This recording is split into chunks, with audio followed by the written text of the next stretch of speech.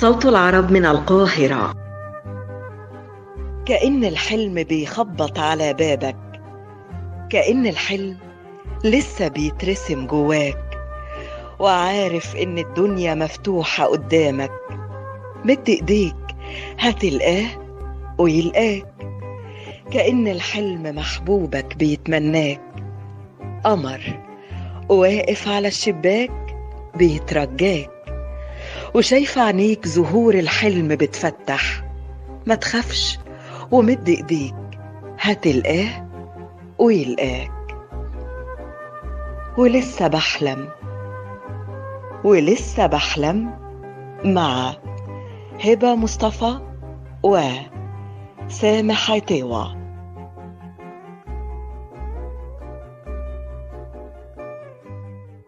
أيها الإخوة، أهلا بكم في حلقة جديدة من سهرتنا الليلة على موجات صوت العرب ولسه بحلم.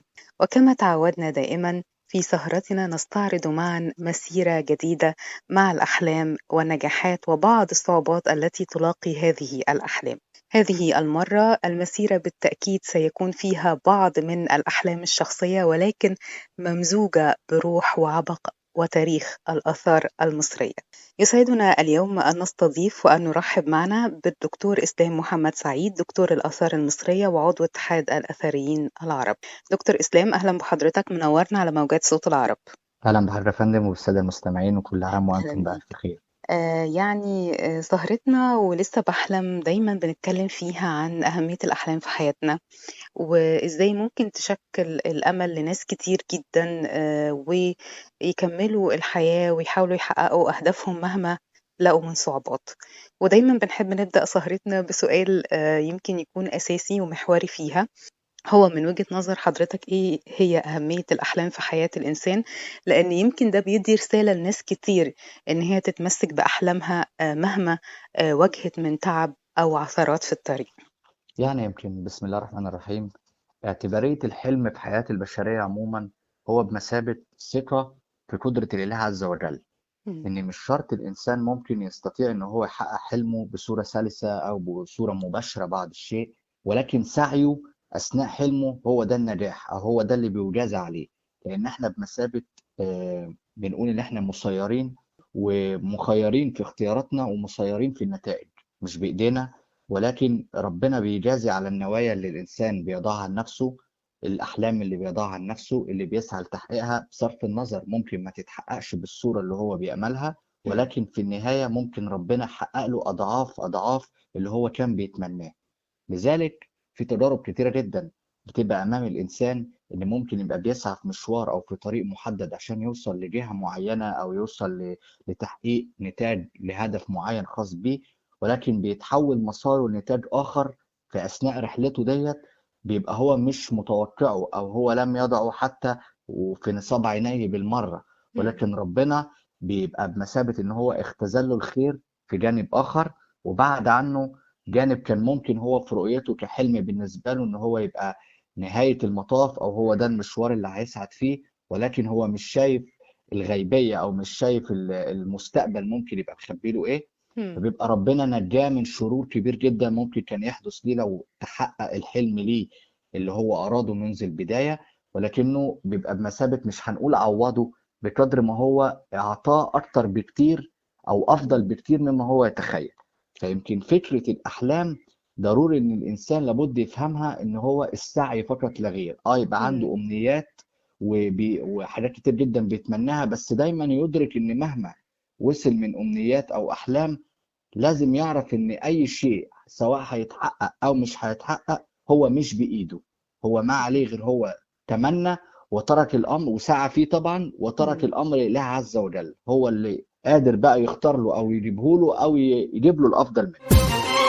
ربك لما يريد أحلامنا هتتحقق وكلامنا هيتصدق والغايب هيعود. ربك لما يريد قلب العاصي يسلم وعيوننا هتتكلم ولا شيء يبقى ضعيف.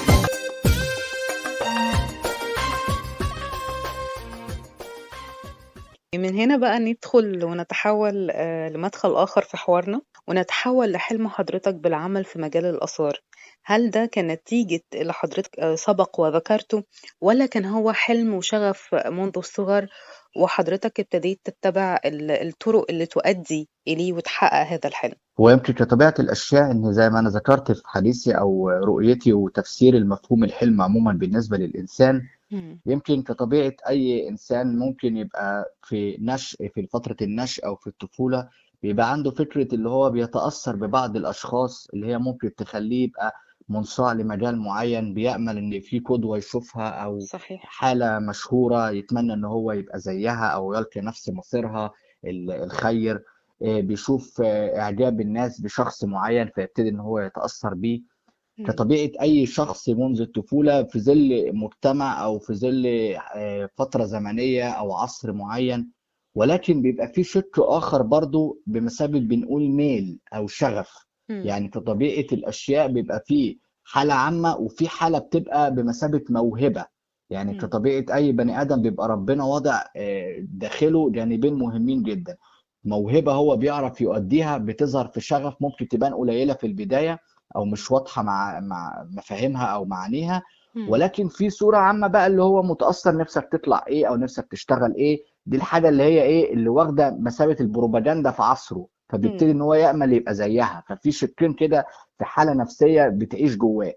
ولكن بالنسبه لشخصي او الحديث عني بالتحديد والحاله المتعلقه بيا، كان الامر بالنسبه لي نفس الوضع اللي انا بوصفه ده، ان كانت الميل او الشغف في الجزئيه المتعلقه بالاهتمام بالمصريات او مجال الاثار المصريه منذ الطفوله. يعني من مم. حوالي بنتكلم بالتحديد من 6 سنوات او 7 سنوات وانت مم. ابتديت تعيش حاله التيمم، ان انت متيم تماما بالحاله المتعلقه بقدمائنا المصريين. ممكن كنا بنعمل زي طبيعه الاشياء. الاسر المصريه كانت زمان بعكس طبعا دلوقتي، وده اللي نأمله ان هو يرجع مره اخرى. كان مم. المتنزهات بتاعتهم بتبقى فيها عنصر ترفيهي وعنصر اخر متعلق بالهويه بتاعتهم. فكانت الزيارات بتبقى كتيره جدا للاهرامات صحيح. بالتحديد. ويمكن الاسره عندي كانت حريصه بشكل كبير جدا على توفير الاجواء ديت اللي هي بتشاع داخل النشء حاله من التاثر والوطنيه والقوميه عنده. مم. فكانوا دايما في الأعياد في الغالب بيصطحبونا معاهم في الزيارات المتعلقة بمنطقة الأهرامات.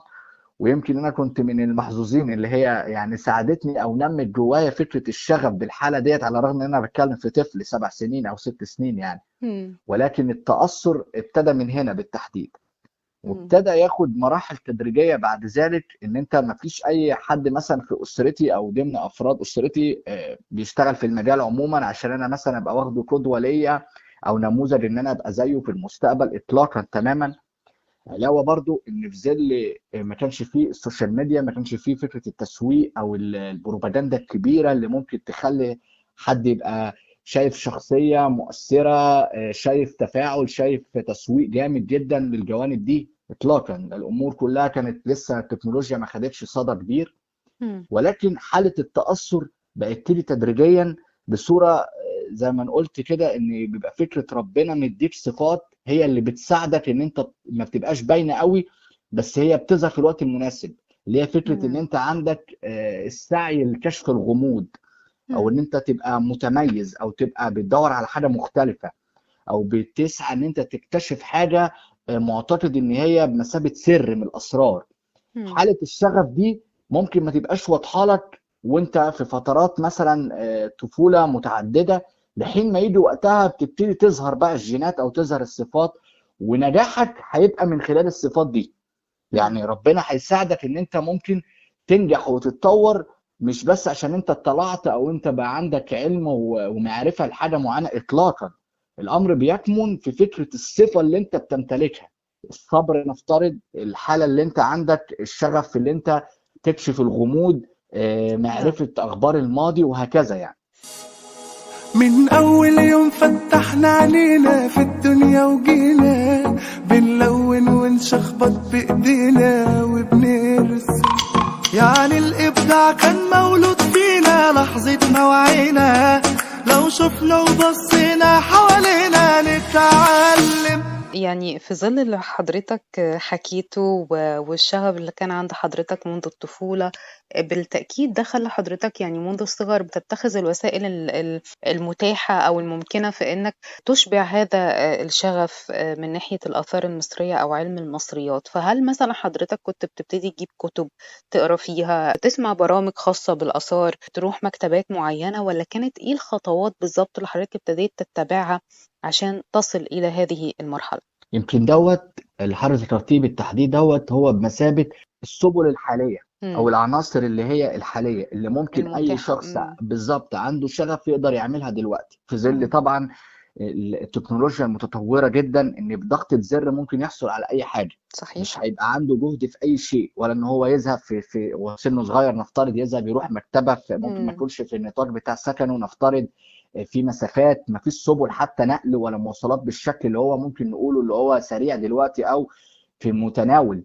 علاوه طبعا على التكنولوجيا مش ما كانتش موجوده في الفتره الزمنيه قبل من ذلك بصوره كافيه ان تخليه بضغطه زر يجيب مثلا كتاب PDF او اونلاين حتى، او حتى صحيح، يبقى عنده تشانل على اليوتيوب يقدر يطلع عليها على اي برامج. الامر إمم، كان نادر جدا ومقتصر جدا على جوانب قليله قوي. إمم، ولكن ودي نقطة اللي هي بتلعب دور محوري اللي ما زلنا احنا بننادي بيها، هي فكرة المناهج الدراسية.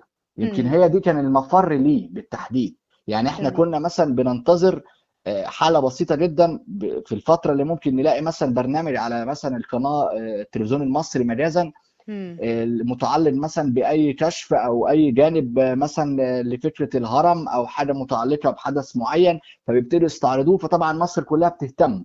إنما غير صحيح، كده ما كانش فيه مثلا برنامج مستقل قوي أو إمم، حالة مثلا ممكن نقول فيها استدامة نقدر نتابع عليها إطلاقا. إمم، بل كانت العنصر اللي ممكن يبقى الوسيلة اللي تخلي حد زي طفل زي كده عنده مثلا الشغف لجانب معين سواء زيارات بينتظرها نفترض، إمم، بعكس برضو عصر السرعة ان الامور بقت بالنسبة لنا دلوقتي ما بقتش متعلقة بمواسم او مناسبات عشان يبتدي ان هو يتنزه. لا زمان كانت قليلة برضو. ولكن كانت فكرة المناهج التعليمية على إمم، الرغم ان هي كان فيها كسور كبير جدا، وممكن حتى اللحظة دي ما تمش عمل ابديت ليها اطلاقا، ولكن كانت هي بمثابة ممكن نقول النقطة البوابة، البسيطة إمم، بالظبط اللي هي ساعدته ان يبقى يلاقي حاجة على الاقل يلاقي فيها ضلته او يلاقي فيها الشغف بصورة حتى لو ضئيلة يعني.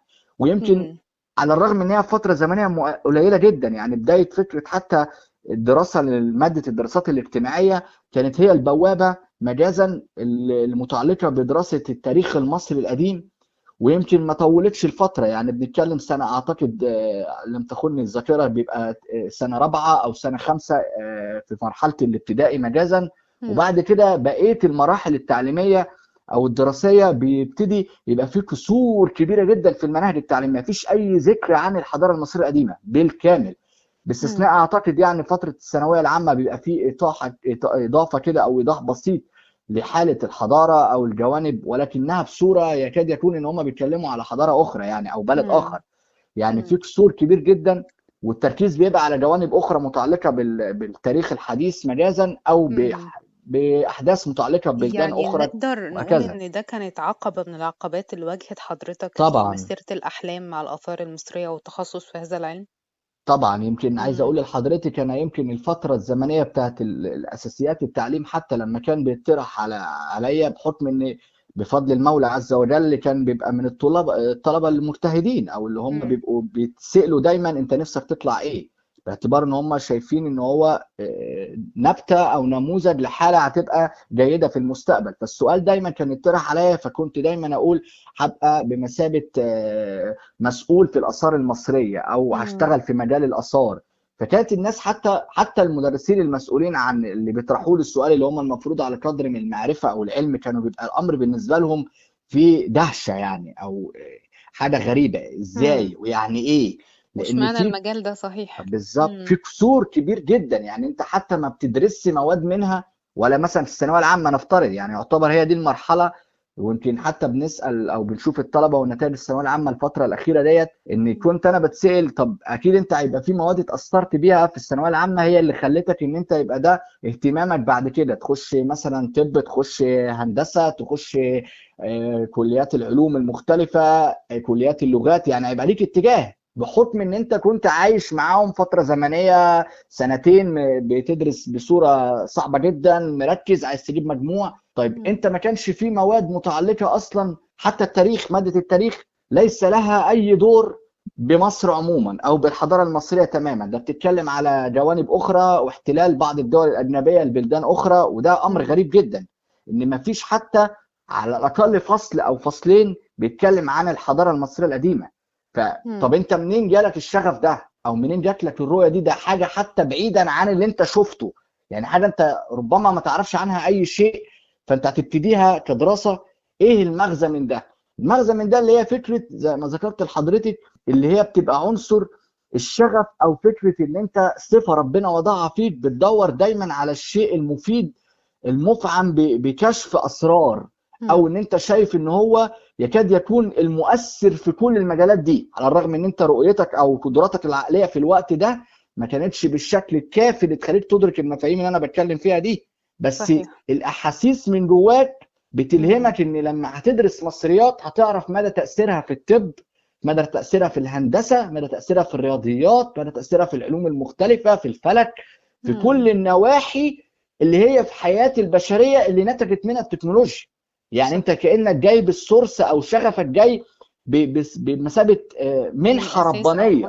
هنا صدقت حلمي وبدأت، أنا ابن مصر، أنا ضد الكسر، أنا رافع راسي تملي لفوق طول العمر، أنا ابن مصر، قلبي نسر، ما اقدرش اعيش ابدا يوم غير وانا حر. يمكن دي عقبة كبيرة بتواجه مجال الآثار، يعني كانت بتواجهه في الماضي وبرضه في العصر الحالي زي ما حضرتك ذكرت، بس أنا طبعا أعتقد إن الوعي شوية تجاه حضارتنا وآثارنا وتاريخنا ابتدى يتغير في الفترة الأخيرة، خاصة بعد فكرة التسويق العالمي لمصر وإن هي وجهة سياحية يعني كبرى، والناس من مختلف أنحاء العالم بيجوا مخصوص عشان يشوفوا حضارتنا العريقة، مهتمين يمكن أكتر مننا للأسف الشديد بآثارنا وتاريخنا المصرية وتاريخنا المصري. يمكن برضو بعد موكب المومياوات ابتدى الوعي شوية بنراه يعني بيحصل والناس تهتم والنشء يهتم بيه. اتفضل. يمكن كلام حضرتك مهم جدا، ويمكن في جانب كبير جدا تحقق منه بالفعل زي ما حضرتك ذكرتي بعد الاحداث اللي هي في السنوات الاخيره من موكب المومياوات او موكب طريق الكباش، او الاهتمام بالانتهاء من فتح المتحف المصري الكبير او حتى المتحف القومي للحضاره، انتشار السبل التكنولوجيا المختلفه او سعيها في نشر معالم مصر بصوره كامله. الجوانب دي كلها فعاله، ويمكن ساهمت بصوره يكاد يكون حتى يعني بنقول لو 1% عن الماضي هتبقى مهمه جدا بالنسبه لنا او هتبقى محققه فايده يعني.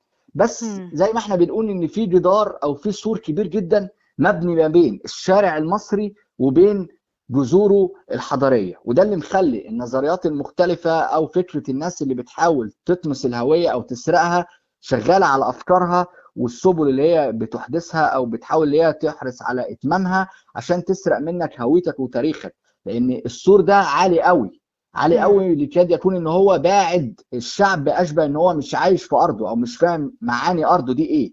يمكن الاحداث اللي في الفتره اللي فاتت اللي تحققت في الافتتاحات المختلفه بمثابه عملت ثقب في السور ده، او عملت نافذه بسيطه بقت تخلي فئه ما تحاول تبص بعين الاعتبار، نقول يا ترى جذورنا دي دنيتها ايه، يا ترى اهتماماتنا بقت ايه. ولكن لسه كتير جدا، يعني مازال كتير جدا عشان نقدر نوصل ان احنا يبقى عندنا مناهج يتم اعدادها على اعلى صوره ممكنه، يبقى فيه بمثابه مفاهيم واضحه لزيارات مختلفه. يعني يمكن ليا اصدقاء كتير جدا بحرص في المناقشات المختلفه ما بيني وبينهم على دعمهم باي صوره من الصور. يمكن في مبادره لزميله مرشده سياحيه اسمها يا بلدنا حلوه المبادره بالتحديد. الزميله دي مرشده سياحيه اسمها منى حجازي، يعني يمكن عامله شغل مختلف جدا، بتحاول ان هي تعمل زيارات للاسر بصوره مم. ما، اللي هي تصطحبهم بابنائهم، تعرفهم على معالم مصر. الامر فيه شق ان هو بتحاول تلعب دور فعال في ان انا ازاي اوصل اهتمام للمصري الحالي بالمصري القديم، يعني مم. اعمل فكره ربط ما بين الجانبين. جميل. وده يمكن اللي واصل زي ما حضرتك ذكرتي للبلدان الاجنبيه المختلفه. يعني النشء مم. بيبقى عنده 5 سنين، زي ما انا كنت بتكلم على توصيفي او على فكره طفولتي. الشغف اللي كان عندي ده هو دلوقتي بينميه عند الطفل الاجنبي. يعني لما مم. بيلاقي عنده بصيص بس من الاهتمام بالجذور القديمه، حضرتك لو رحت اي من الدول الاجنبيه المختلفه او حتى امريكا او دول في اوروبا، هتجد كل المناهج موجود فيه دراسه الحضاره المصريه القديمه. يعني صحيح. بكل مراحلها بيتعلموا لغه مصريه قديمه، مم. بيروحوا تدريبات في المتاحف عندهم. مفيش بلد ما فيهاش متحف ما فيهوش مقتنيات مصريه قديمه. مم. الاهتمامات مظبوط. والزيارات، وبيحرصوا ان هم يساعدوا شعوبهم على ان يزوروا الاماكن دي، لانه عارفين مم. ان مش زياره بمعنى ان انا اشاهد واعجب بس بالابداع القديم، لا، انا هخرج بفكره. يعني انا مش هكلف نفسي واذهب لمتحف نفترض، سواء انا مجانا او حتى بمقابل تذكره هدفعها، الا لو انا هخرج باستفاده. ربما الاستفاده دي تيجي بصوره مباشره، ان هو يشتغل في المجال او يفكر يحاول يشتغل في المجال، او ان هو يبتكر شيء من المقتنيات اللي شافها، سواء صحيح. بنتكلم اكسسوارز او بنتكلم في مم. فكره معماريه نفترض، فكره نحت معين لشكل منحوت بصوره ما، هو بايا كان هو شغله ايه. هيستفيد منها بشكل أو طبعا بآخر. طبعا. جميل طبعا. كل اللي زارها نفسه يكررها ويجي يرجع تاني. دي الدنيا بحالها ايه جنب جمالها، طبيعي ورباني. هتسألني عليها كلامي عمره ما هيكفيها، وعجبني ايه فيها كلها عجباني. احنا لسه مكملين معاكم في سهرتنا الليلة على موجات صوت العرب ولسه بحلم، بصحبة الدكتور إسلام محمد سعيد، دكتور الآثار المصرية وعضو اتحاد الأثريين العرب. دكتور إسلام، يعني اتكلمنا يمكن قبل كده أو قبل الفاصل عن فكرة زي ما حضرتك قلت السور الكبير اللي محطوط بيننا وبين هويتنا وتاريخنا وحضارتنا، وحضرتك ذكرت مبادرات بعض الزملاء في المجال إن هم يعرفوا النشء إزاي بالآثار المصرية. حضرتك إيه شايف تاني ممكن يعني نقدمه عشان نهدم هذا السور وندعم هذا المجال الحيوي والمهم؟ لأن من ليس له ماضي ليس له حاضر، واللي ليس على دراية بماضيه بكل تأكيد لما يجي يبني مستقبل ممكن يكون مستقبله يعني ضعيف. احنا بنرى طبعا مبادرات كثيرة للعديد من الوزارات ان هي والحكومة تعيد الاتصال بهذا الماضي العريق والحضارة الأصيلة.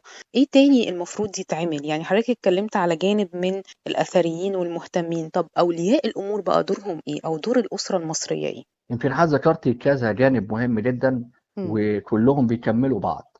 يعني صحيح. في جانب زي ما انا ذكرته لدور المرشدين السياحيين بحيثياتهم او بافعال او بمبادرات بيعملوها، مم. وفي دور اخر بينصب علينا احنا كاثريين او مثابه متخصصين في علم المصريات، اللي هي الاطرحه العلميه المختلفه اللي بنضعها، سواء كتب بنشر علمي مختلف بتوعي، بتبقى لينا اسهام في المجال، لان اغلب الاسهامات اللي تمت كلها بتبقى كتب لمؤلفين اجانب نفترض، او علماء حفائر تمت من منذ سنوات وبيعملوا بمثابه دراساتهم. فاحنا عايزين حد يبقى من جذور الدوله او من داخل الدوله من نفس المجال، هو اللي بينشر الجوانب ديت، لان افكاره هتبقى متعلقه بهويته، او هيبقى قريب اكتر في السرد عنها، ان هيبقى يعرف ازاي يوصل المعلومه، يعرف ازاي يربط ما بين التوارث بتاع الماضي والعادات اللي ما زالت منتشره، غير الاجنبي مهما كان هو مم. كان ليه اسهام في شيء معين ولكن عنده كسور. نفترض على سبيل المثال انا لما باجي اشرح لغه مصريه قديمه مم.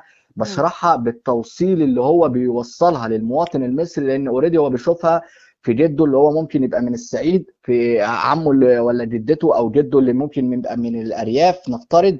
يعني بيوصلها له من الجذور دي. طيب على الصعيد الاخر لو جبنا واحد اجنبي هو اوريدي ما عاش في الصعيد وما يعرفش ايه عاداتهم، وما عاش في مثلا في الريف وما يعرفش ايه حيثياته، فطبيعي بيسردها من شكل ايه مجرد، انما مش بيجيب المعاني التفصيليه اللي فيها. ده الفارق. مم. يعني احنا علينا دور بنحاول ان احنا نشتغل عليه، بس طبعا زي ما قلت ان هي الموضوع استكمالي او مكملات او تعاون. هم. فالفكره بتنصب ان ضروره الاسره عموما يبقى ليها دعم، صحيح. والمناهج التعليميه من جانب اخر كوزاره يبقى ليها دعم. يعني عايز اقول لحضرتك ان ضروري المناهج بالكامل من اول ما الطالب يبتدي ياخد ماده الدراسات الاجتماعيه بالتحديد، لابد يبقى 3/4 المنهج، مش هقول المنهج بالكامل، او على الاقل نصه يبقى كله متعلق بالحضاره المصريه القديمه هم. بهيكله معينه تحاول اللي هي تخلي الغريزه عنده. انا مش بقول له يطلع لي كلهم يبقوا علماء مصريات ولا يشتغلوا في الاثار، لا، تمام. على ان هو مم. لما هيحب المجال ده، لا ده هو هيحرص ان هو يزوره، صحيح. هيحرص ان هو يدافع عن ارضه، يحرص ان هو يعتز بقيمه اجداده.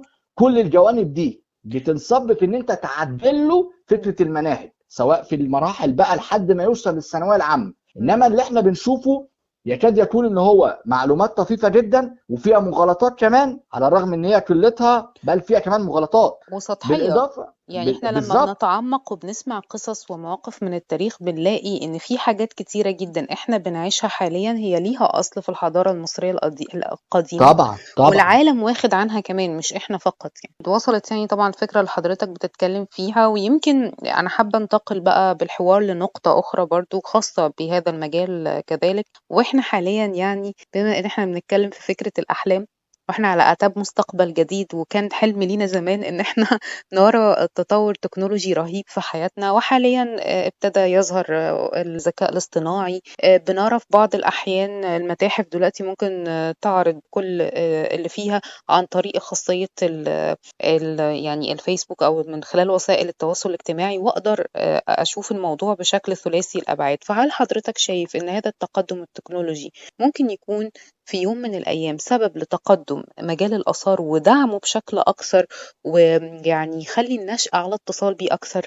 بالفعل، يعني يمكن احنا داخلين على مرحلة غريبة بكل الأطوار، وكل يوم العالم بيتغير. يعني ما بنعديش سنة غير ما بنلاقي محدثات كتيرة جدا بتظهر علينا. التقدم الرهيب اللي ظاهر في التكنولوجيا أكيد ليه دور فعال، مش فعال، لا أكيد ليه دور فعال في كل المجالات، بيظهرها بكل السبل. ممكن تكون بطرق غير مباشرة، ولكن انت بتتخذ منه وسيلة ان انت تظهر شغلك بصورة أعمق، سواء في فكره البروباجندا او التسويق، سواء فكره ان انت ساهمت لك بصوره ما ان انت تقدر توصل المعلومات بصوره اسرع، تاثر في الناس، تكتشف بعض الجوانب اللي ممكن تبقى مشكله عليك في ان انت في اتجاهاتك المختلفه. يمكن زي ما حضرتك كنت بتساليني ان زمان كانت الوسيله ازاي، كانت في صعوبه كبيره جدا ان انت تبقى عندك حجم الاطلاع او حجم المعارف.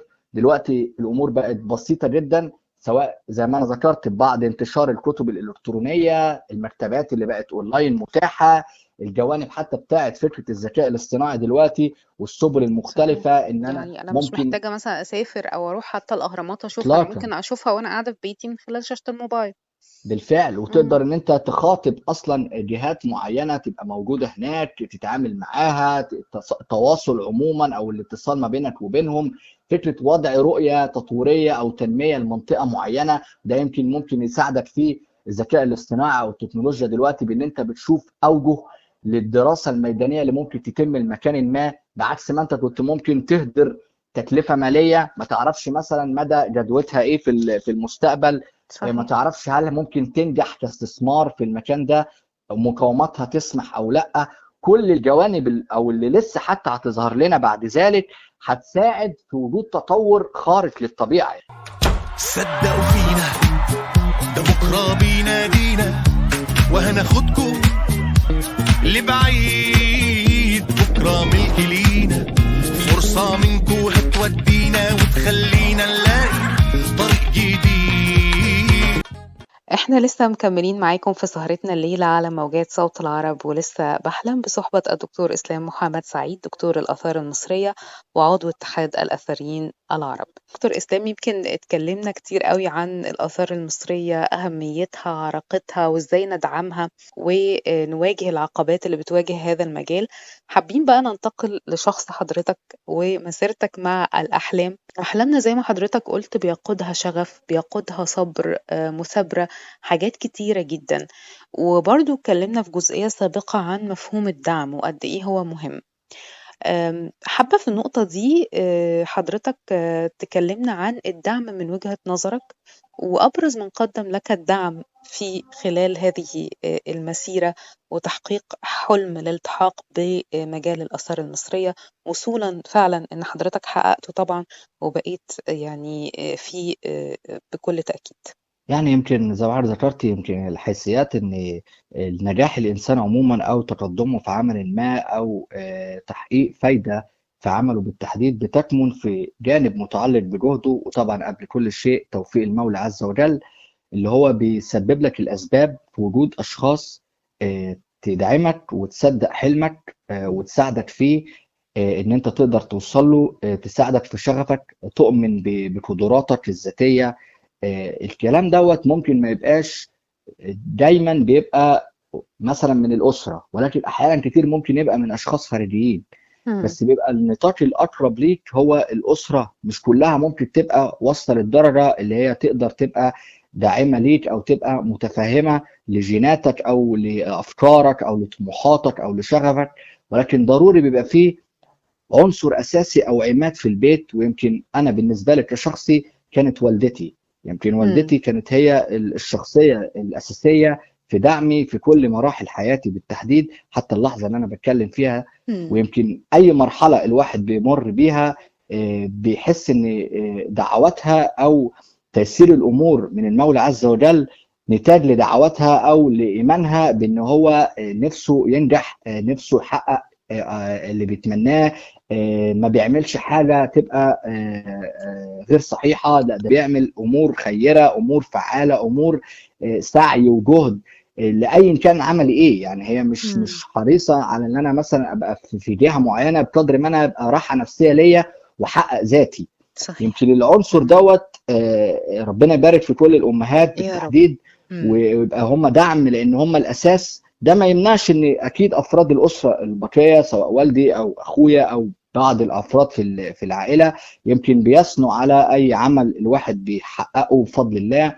او باي نجاح او اي تطور او اي حتى فكر مرموق الواحد بيحاول ينفذه.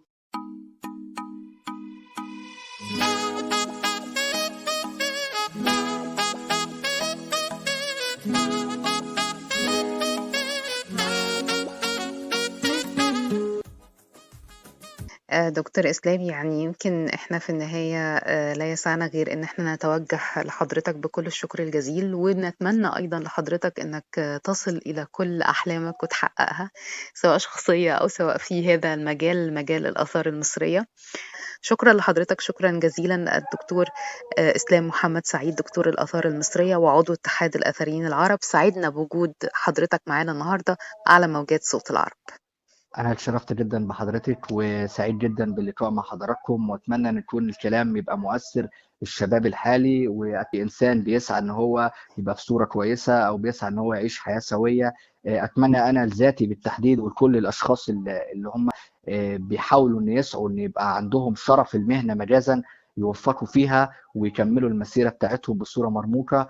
وبشكر حضرتك، بشكر كل أسرة البرنامج على الأفكار المرموقة اللي انتم بتحاولوا تقدموها، اللي ممكن تبقى مصدر إلهام لكل الأشخاص اللي هم عندهم افتقاد للثقة مجازا، تحاول هي تصحي الثقة داخلهم، أو الأشخاص اللي هم بيتمنوا إن يبقى في عنصر دعم ليهم.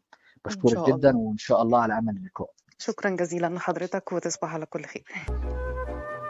ولسه بحلم ولسه بحلم مع هبة مصطفى وسامح عتاوة.